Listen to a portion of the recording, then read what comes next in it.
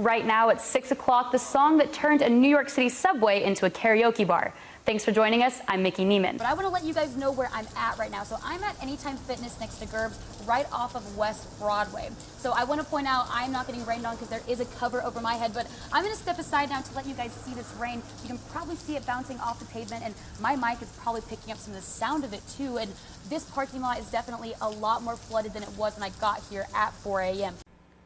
Good morning, Meg. So if you're anything like me, for the past 2 weeks, you've been bringing your recyclables here or to one of the other drop-off locations around town.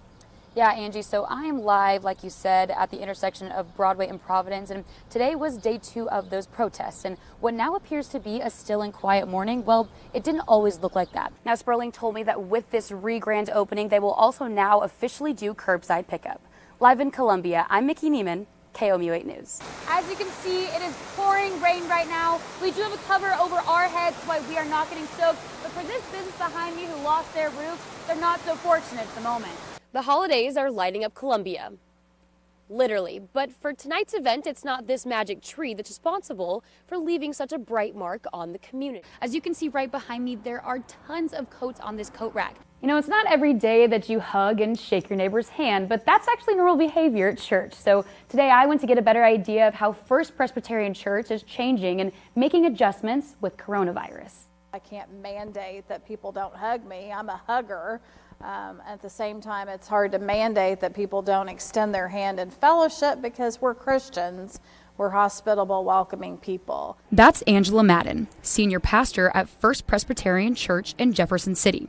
Last night, the church had its Lent Wednesday service, and for the first time in over 3 decades, it looked a little different. We typically hold hands at the end of celebrating the words of the sacrament and institution, and we've refrained from that. So we just stood at the table as opposed to grabbing hold. Instead, church member Mary Kabiri says they found other ways to greet each other. We either bumped elbows or we bumped our fists. These aren't the only precautions the church is taking since the church doubles as a preschool. Teacher Kelly Bone says she always teaches good hygiene, but now it's just implemented even more. Using hand washing techniques, coughing and sneezing into our elbows, using Germ-X when we can't use the bathroom, and and again, our hands are raw with chapped and dry from all the Germ-X and hand washing we do. Bone says her students often police each other to avoid spreading germs, and one student told me how she keeps from getting sick. Don't put your hands on your mouth.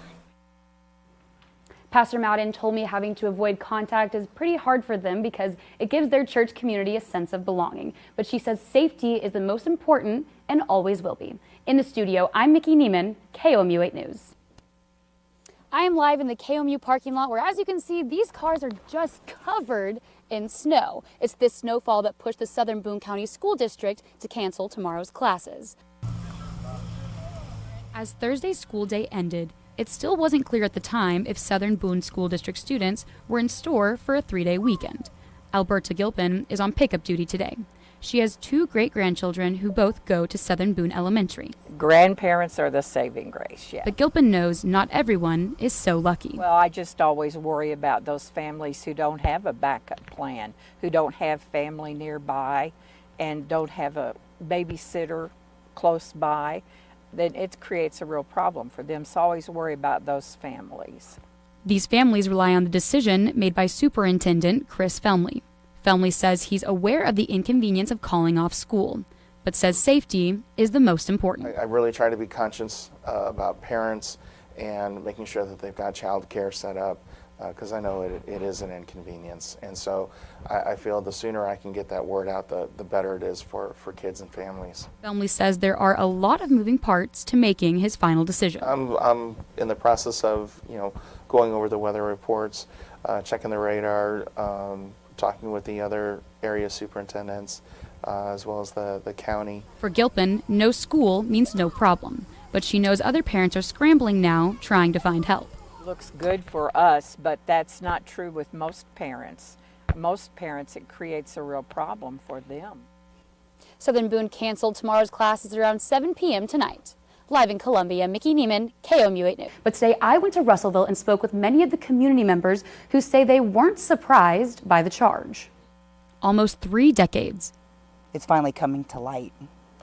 That's how long it took authorities to charge and arrest William Chris Neiman. I'm not shocked about who the suspect is or proclaimed to be at this point. That was Rhonda Watts, former classmate to both Jones and Neiman.